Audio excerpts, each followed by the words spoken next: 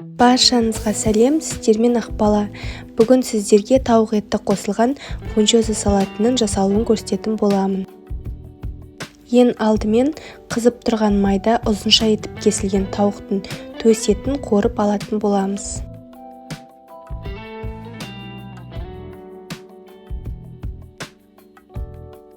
Одан кейін өзіңіздің қалауыңыз бойынша дәмдеуішті және дәміне қарай тұз бен бұрышты қосамыз.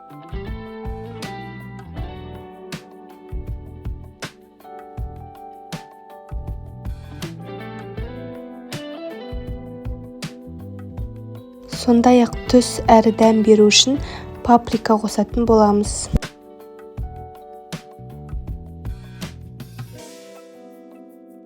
Тауық еті қуырылып болған соң үстіне үккіштен өткізілген сәбізді қосып тағы да бір қуырамыз.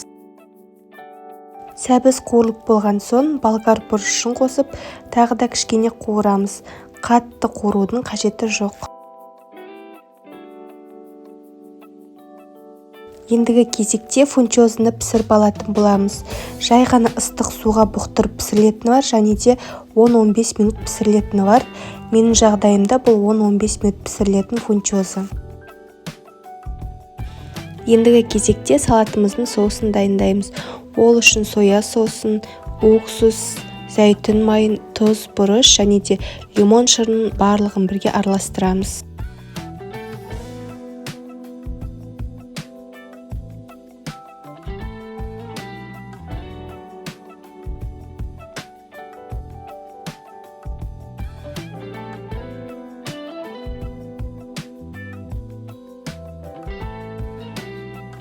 Фунчоза піскеннен кейін салқын суға бір шайып жібереміз.